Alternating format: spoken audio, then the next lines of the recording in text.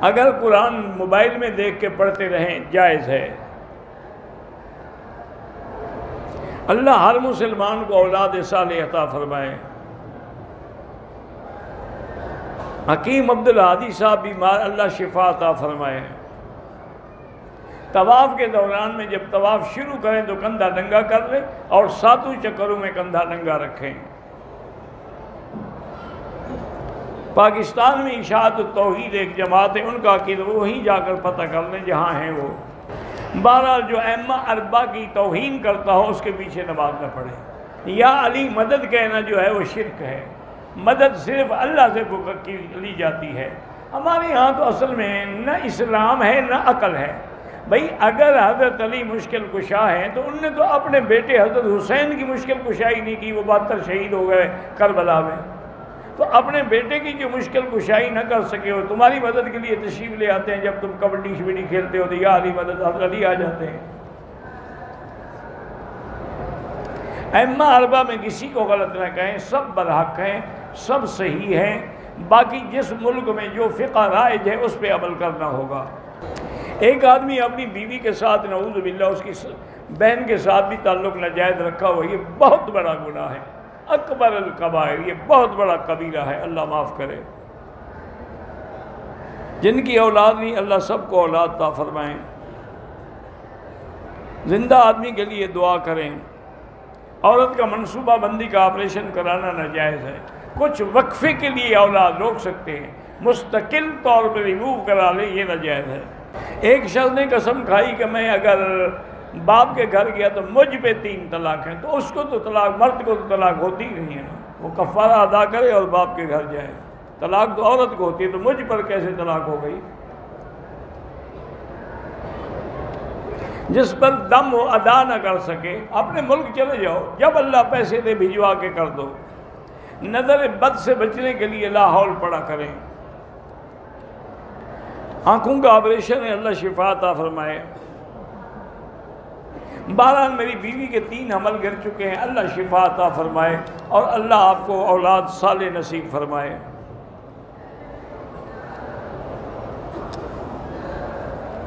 آپ نے انڈیا سے آئی لیکن آپ حیض میں تھی، لیکن وہاں سے آپ نے نیت نہیں کی۔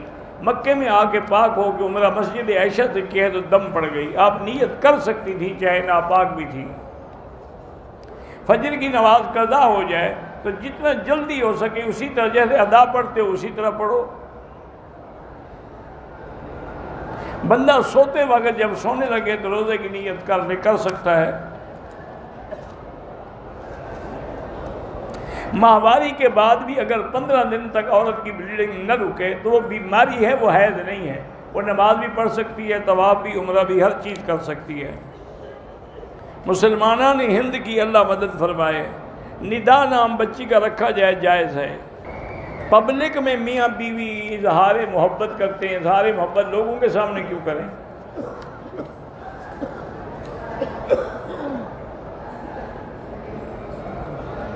عورت کے لیے اپنے خامند کی خواہش پوری کرنے کے لیے ہوٹل پر جانا بہتر ہے، یہ حرم میں، وہ ہوٹل بھی حرم میں ہے۔ بہرحال جب عورت پردہ کرتی ہے تو یہاں بھی کرے، اپنے ملک میں بھی کرے۔ اللہ پاک جو قرآن حفظ کرنا چاہتے ہیں ان کو قرآن کا حفظ نصیب کرے۔ میری بیوی نے مدینے سے واپسی پہ طواف و سعی ادا کی، کمرے میں واپس آ کر کپڑے بدل دیے، 2 منٹ کے اندر احساس ہوا بال نہیں کاٹے، فوراً بال کاٹ، کوئی دم شم نہیں ہے۔ آپ حرم میں اگر امام کے پیچھے نماز پڑھیں گے تو آپ پوری نماز پڑھیں گے، چاہے آپ مسافر ہیں، چونکہ امام مقیم ہے، ہم نے امام کی اتباع کرنی ہے۔ انما جعل الامام لیؤتم بہ۔ میں نے 14 سال پہلے فون پہ بیوی کو کہا تھا کہ میں آپ کو نہیں رکھوں گا سے طلاق نہیں ہوتی۔ عمرے میں پہلے 3 چکر، طواف کے پہلے 3 چکروں میں رمل ہے۔ حرم شریف میں بھی لوگوں کو نمازیوں کے آگے نہیں گزرنا چاہیے، مجبوری ہو تو سجدے کی جگہ سے دور ہو کے گزر جائیں۔ پرفیوم جو ملتے ہیں آج کل ان کا لگانا جائز ہے، ہاں بالکل جائز ہے، فتویٰ اسی پہ ہے کہ جائز ہے۔ پہلے تو ان میں الکحل نہیں ہوتا، اگر الکحل ہو تو اس کی شکل تبدیل ہو جاتی ہے، جیسے شراب سرکہ بن جائے تو استعمال جائز ہے۔ اور دوسرا یہ ہے کہ وہ اڑ جاتا ہے، باقی نہیں رہتا۔ میرے یہاں چھوٹے بچے ہیں، کپڑوں پہ پیشاب کر دیتے ہیں، تو ان کپڑوں کو تو دھونا چاہیے بیٹی، آپ ایسا کریں کہ ایک کپڑا الگ رکھ لیا کریں۔ میرا بیٹا آپ سے ملنا چاہتا ہے، بالکل مل لیں۔ جو میرے بھائی بہن زندہ ہیں ان کے لیے بھی عمرہ کر سکتے ہیں، کر سکتے ہیں۔ عورت کے لیے آواز کے پردے کا معنی یہ ہے کہ اسی لیے وہ اذان نہیں دے سکتی، وہ امام نہیں بن سکتی، وہ اتنی زور سے تلاوت نہیں کر سکتی کہ لوگ سنیں، اور اگر کوئی آدمی گھر کے باہر بات کرے تب بھی وہ آہستہ بات کرے۔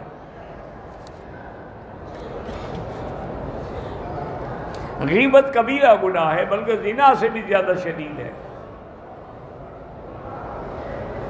3 سال ہو گئے ہیں شادی کو، ہمارے ٹیسٹ بھی کلیئر ہیں لیکن اولاد نہیں۔ سورۃ یوسف پڑھ کے دعا کیا کرو۔ جرابوں پہ مسا نہیں ہوتا، موزے پہ مسا ہوتا ہے۔ میری دوسری شادی کے لیے اگر واقعی آپ حقدار ہیں تو اللہ مدد کرے۔ میرے پاس کسی بندے کا احرام 12، اس میں بھی آپ عمرہ کر سکتے ہیں، وہ پھر کسی غریب کو دے دینا۔ پاکستان میں سردی بہت ہے، جب پانی ہو تیمم نہیں ہو سکتا ہے۔ بہرحال جن ملکوں میں سردی ہوتی ہے وہ بھی تو گرم پانی سے وضو کرتے ہیں۔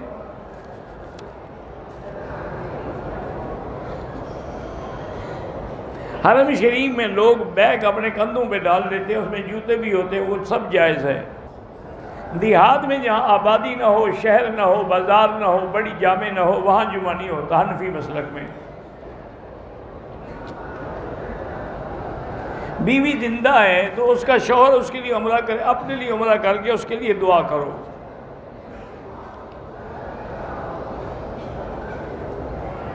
میں نے 4 سال کے بیٹے کے ساتھ طواف شروع کیا، 4 چکروں کے بعد میں اور بیٹا واش روم گئے، وضو کر کے پھر چکر پورے کیے، ٹھیک ہے، کوئی حرج نہیں۔ کرنسی کا کاروبار جیسے نقدن اگر ہو فوراً، یعنی آج جو ریٹ ہے اس کے مطابق وہ جائز ہے، ادھار پہ جائز نہیں۔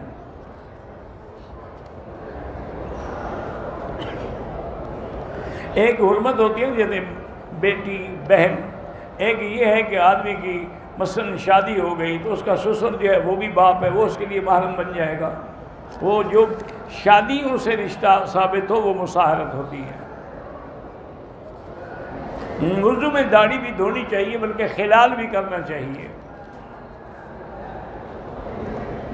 سب صحابہ کے لیے ایک طواف نہیں، ایک کے لیے ایک۔ جو نیک اعمال اولاد کرتی ہے ان کا والدین کو بھی انشاءاللہ ثواب ملتا ہے۔ میرا بیٹا حفظ کر رہا ہے، اللہ نصیب کرے۔ داڑھی مڈانے والے مرد اور بے پردہ عورت کا عمرہ قبول، اللہ سب کا عمرہ قبول کریں گے، لیکن بہرحال جو چیزیں شریعت کے خلاف ہیں وہ نہ کریں۔ عطا اللہ شاہ بخاری ایک عظیم مجاہد تھے، عظیم خطیب تھے، عظیم عالم تھے، اللہ ان کی قبر پہ کروڑوں رحمتیں کرے۔ جو لاولد ہیں اللہ سب کو اولاد عطا فرمائے۔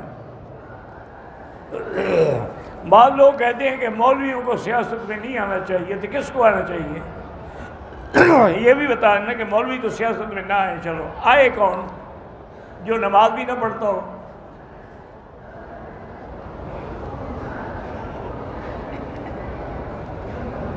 اگر کسی سنی مرد سے اور شادی ہو گئی ہے تو اس کے والدین عورت کے شیعہ ہیں تو والدین کے ساتھ تعلق تو رکھ سکتی ہے، چاہے والدین کافر ہوں۔ جو لوگ پاکستان سے پہلے مدینہ آتے ہیں پھر مدینے سے احرام باندھ کے عمرہ کرتے ہیں، بالکل ٹھیک ہے۔ بہرحال تبلیغی جماعت والوں کے جو ہے نا ان کا فتویٰ علماء کا ہوتا ہے۔ مسجد الحرام کو حرام کیوں کہتے ہیں کہ جو چیزیں باہر حلال تھی وہ یہاں حرام ہے۔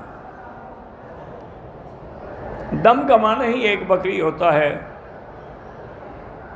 بھئی اب تو کافی عرصے سے میں کہیں بھی نہیں گیا، نہ برطانیہ نہ پاکستان۔ آپ نے اگر طواف اور صفا کر لیا ہے تو دوسرے کے بال کاٹ سکتے ہیں۔ حرم احترام سے اسی لیے کہتے ہیں کہ حرمن آمنن،